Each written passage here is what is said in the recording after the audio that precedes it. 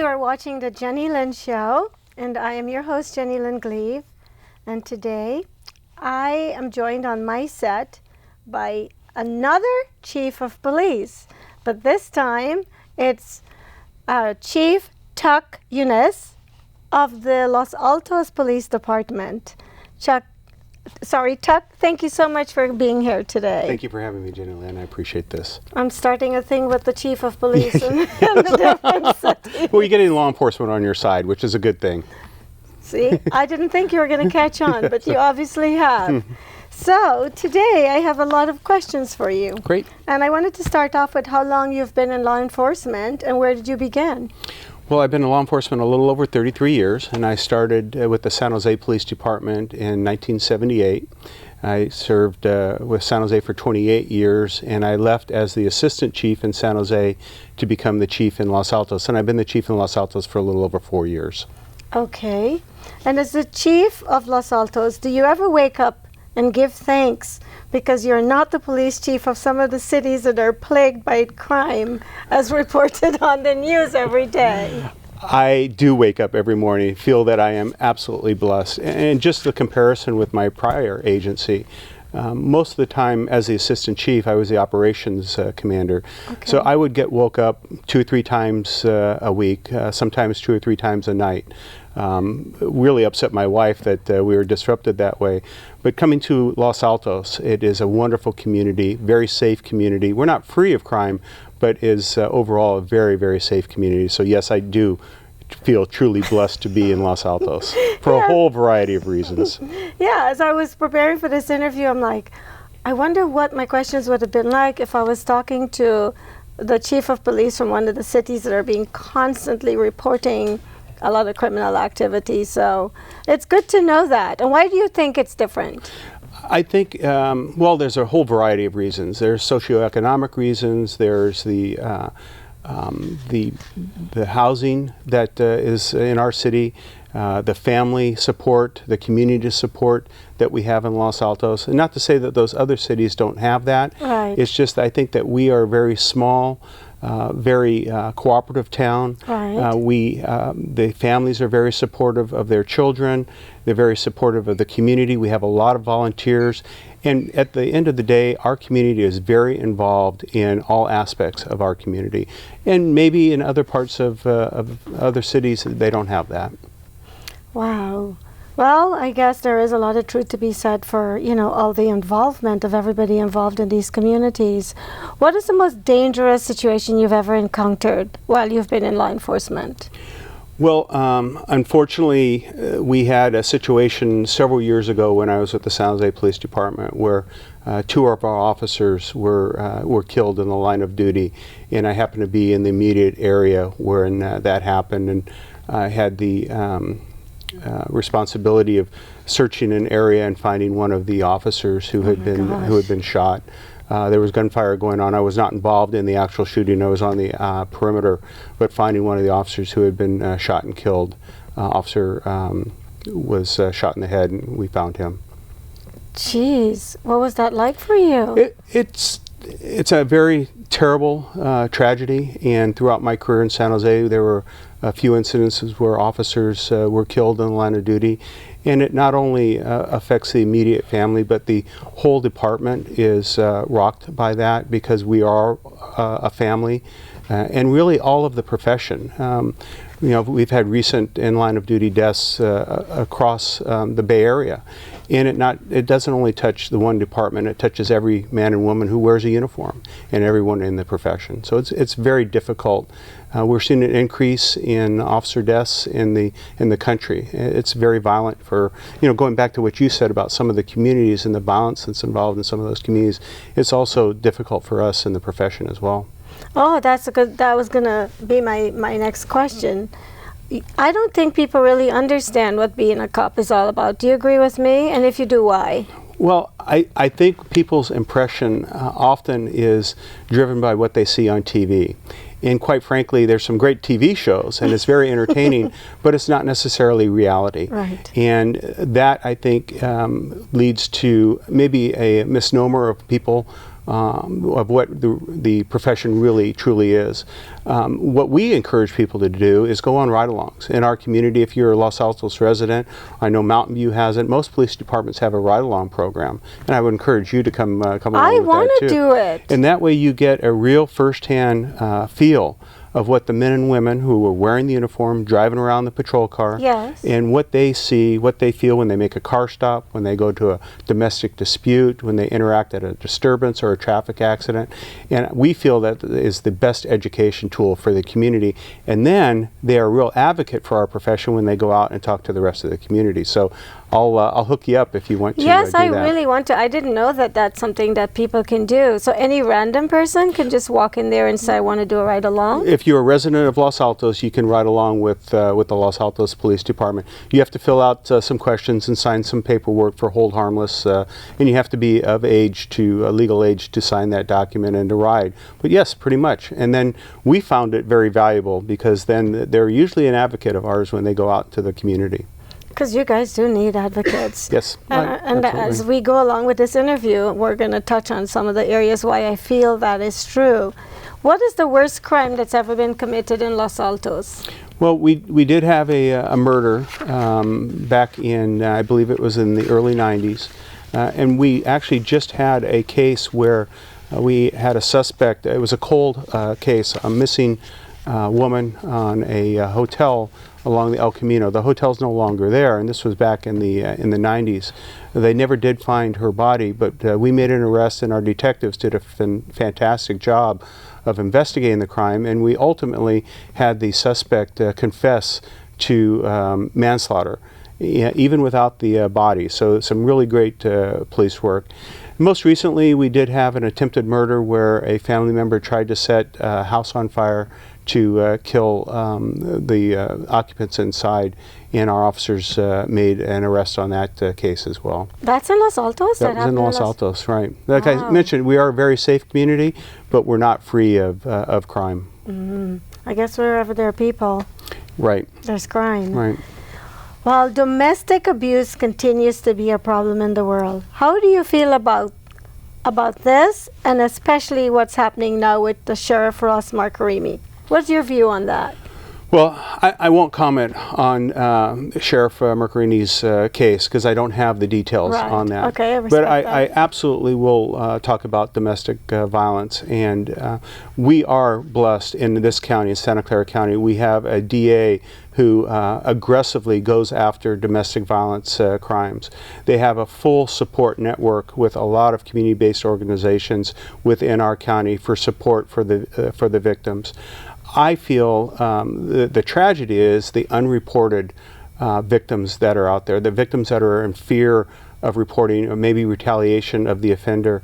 And to me, that's the biggest tragedy, is we need to reach out to them. Yeah. We need to get them aware that there are services that will help them, and they're not alone in this. It is really a community support network that is in place to support and protect those victims. Like I mentioned, our district attorney's office, all of the law enforcement agencies cooperate with each other to make sure that the victims are supported and the suspects are prosecuted. Yes, I think so many times people don't want, like you said, to report it because they don't want to deal with the ramifications. So many times in domestic violence is not just a gender thing, not just women. Just the other day on the news, I heard this woman in San Francisco was in a bar. Some guy stepped on her shoes, Christian Louboutin, and so she got so upset because of how much she paid for these shoes. She took them off and beat this guy in his head to where he ended up in the emergency, and the police were trying to find her. I could not believe that. I haven't heard any further on the story if she's been found or not. But so many times when you hear domestic violence, people just think of it just happening to a woman. And being a woman myself, I just want to highlight it happens to both genders. And I truly feel that a lot of victims just remain victims for the rest of their lives because they are afraid of how the system handles it sometimes. Absolutely. And, you know, when I started 33 years ago, Yep. we needed to make improvements in domestic violence and the way we handle those cases. And we have. Fortunately, all of the elected officials saw the need for that. They put laws in place. They put policies in place. But you're exactly right.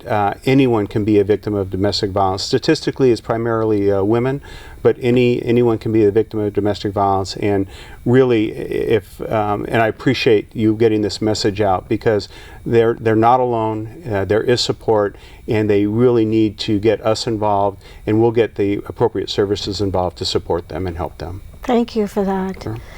So lately, it seems like the police are constantly under fire. For example, the UC Davis pepper spray incident. Do you ever experience animosity from people simply because you're a law enforcement personnel? And if so, how do you deal with it? Well, we have to understand, and when I got back to, when an officer was killed in the line of duty, it affects every member of the profession. Right. Well, and the other side of that is when someone does something that causes controversy in the profession or is criticized for it, it again affects everyone in the profession. Right. We can go back to the Rodney King incidents several years ago, and that was one particular agency, but every man and woman that wears this uniform felt the effects, and every community felt the effects of that. So, we're fortunate in Los Altos. The relationship between the police and the community is absolutely fantastic. And in fact, I had an officer come into my office yesterday talking about how she had been driving down the street and 4 or 5 people had waved in support and thanking them for the service. And that typically is what we get in Los Altos. Not all the time. Some people do complain. And in San Jose, there were strained relationships sometimes with the police, and sometimes it was a result of an incident that may have been called into question by the media or the community. But the way you deal with it is, quite frankly, through communication. And it goes back to educating the community. On TV, people see an officer shooting someone in the leg or the arm. And in reality, that's not what happens on the street. The men and women that are faced with that challenge, they have a life and death decision that they have to make in a split second. And that's why a ride along and educating the community, communicating with the community is so critical. Yes, because I think sometimes the media can make situations, it almost makes people have a biased view because of how it's reported. And I think the thing is we have to be careful with media that we're not the judges and the jury. We don't have all of the evidence. And so sometimes the way things are reported, they're reported in a way that puts people against the police. And I think that, unfortunately, I guess that comes from freedom of press. But we just really need to be grateful for policemen and women, all the men and women in uniform. So I agree with you. And if you're watching the show, please listen to what the chief is saying, and let's appreciate our police. So considering what happened with the Trayvon Martin, George Zimmerman situation, do you think this has been blown out of proportion? And if it has, why do you think that's happened? Well, again, I don't have all the details on that, but I don't believe that necessarily it's been blown out of proportion. I think the dialogue that is coming from that is very important. Race relationships between law enforcement and the community have been strained. So I think engaging in this dialogue is absolutely critical. Even though this was not an officer interaction, I think it does bring to the forefront the race relationship issues, and that is critical to any community, that you have that dialogue and you deal with it in an open forum, in a positive forum, and try and learn from whatever took place there. Yes. And again, I don't have the details, so I can't comment on that, but I think the dialogue is very important to have. Okay. It's a different world than the one you and I grew up in, and it's evidenced by the abundance of criminal activity lately. Robberies, shootings, and abductions, they're on the rise. And some of them, I think, are a reflection, like some people say, of social media or of the economic state of the world. What is your opinion on the possible cause of the increase? That's a big question. You can choose not to answer. No, are a whole host of issues. You know, the Uniform Crime Report, the statistics of the FBI shows that homicides actually have gone down across the country recently. Really? Yes, and I think well, there's a whole variety of reasons for that. I think law enforcement and community relations has a big role in that, and the relationship and the partnership that they've had. All of those community policing projects that we started in the 80s and moved forward in the 90s and the 2000s, I think have had a huge impact on crime. Not all communities have seen the success that some communities have. Right. I know in San Jose, the Mayor's Gang Prevention Task Force was put together, and it really had an impact on gang crime. And then we would see spikes, and we do additional work and the intervention aspect of it, and we'd see a reduction with it. I think those communities that truly embraced community policing and worked in concert with the community saw the benefit of that. Now, the socioeconomic issues, we've gone through a recession, and we didn't see what we expected. It was a huge spike in property crimes. We did see some increase, but not what we've historically seen with it in the past. So I don't see there's to answer your question, there is no easy answer with that.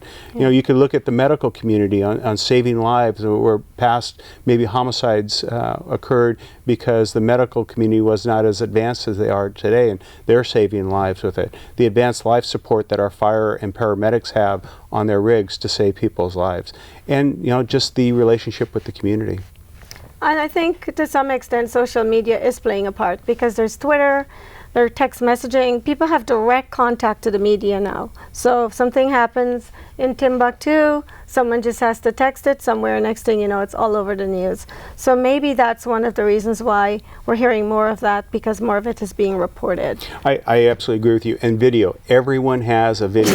Everyone has video on their phone. Everyone has some type of video capability, and that's immediately posted to YouTube or turned over to the press. We're very much aware of that in our profession as well. Geez, you can't even burp anymore. Right. Seriously, I've been thinking about that. Some of the videos that we see popping up everywhere. Right.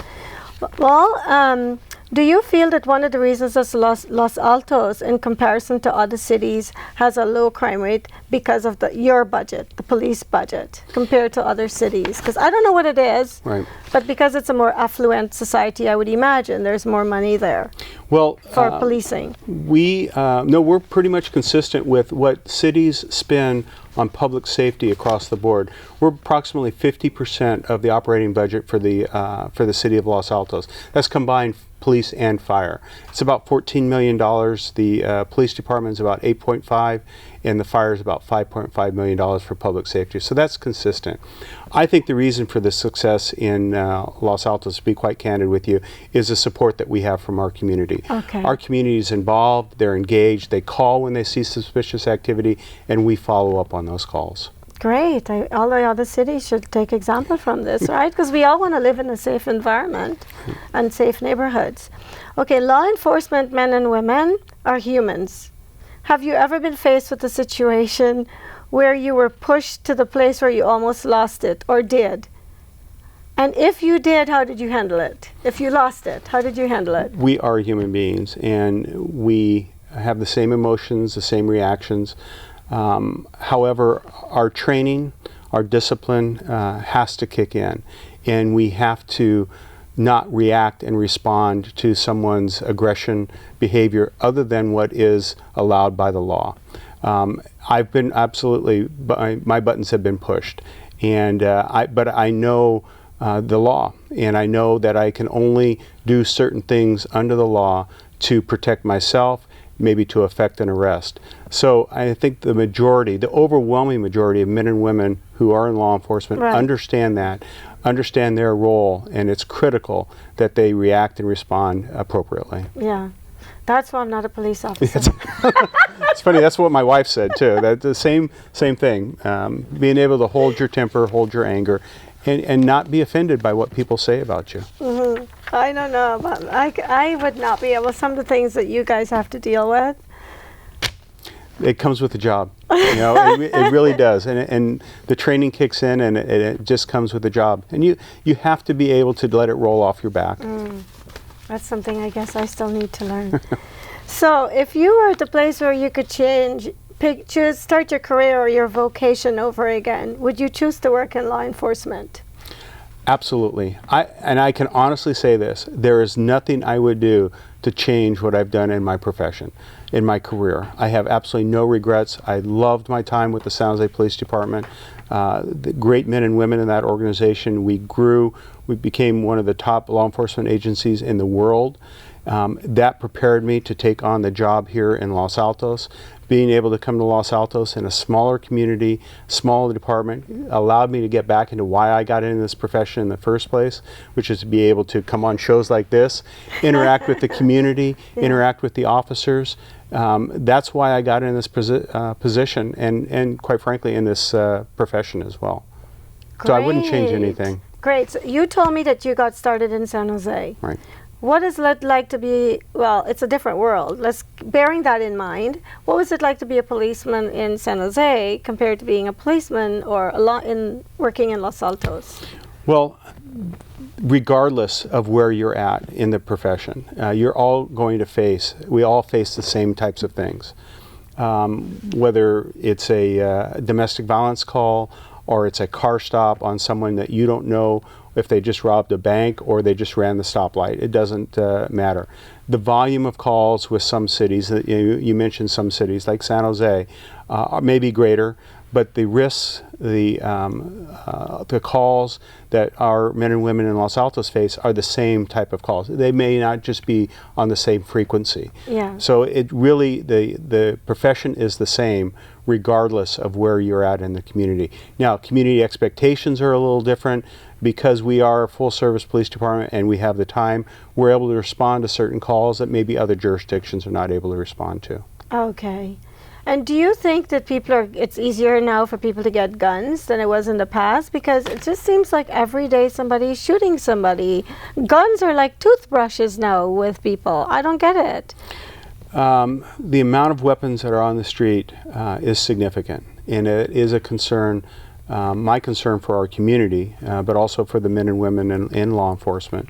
There appear to be a whole lot more violent crimes with guns, and it is absolutely a concern. Where they're coming from, a lot of it was responsive to burglaries. People who have handguns in their home and they're burglarized, those guns are out the street. The illegal sale of firearms occurs street level, and I believe that those are responsible for a lot of the crime. But then there's also the firearms that are purchased legally that are used by criminals and by people who have maybe some mental health issues as well. Mental health issues, and they're running around with guns. Is there a law that can be introduced somehow to help to control that, or is that an impossibility? Well, there are laws in place so that they can't necessarily purchase handguns, but they do fall into their arms and their hands, and they do commit the crimes, or they hurt themselves or other people associated with it.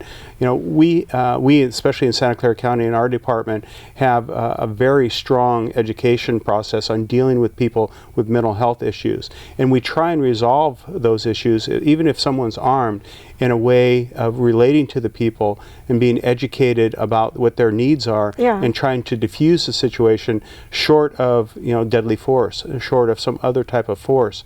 And we've been very successful in this county because of the education training that our men and women are getting. That's wonderful. So what would you like to say to the young people in the community that you serve now, and young people in general in California, or whoever's watching you?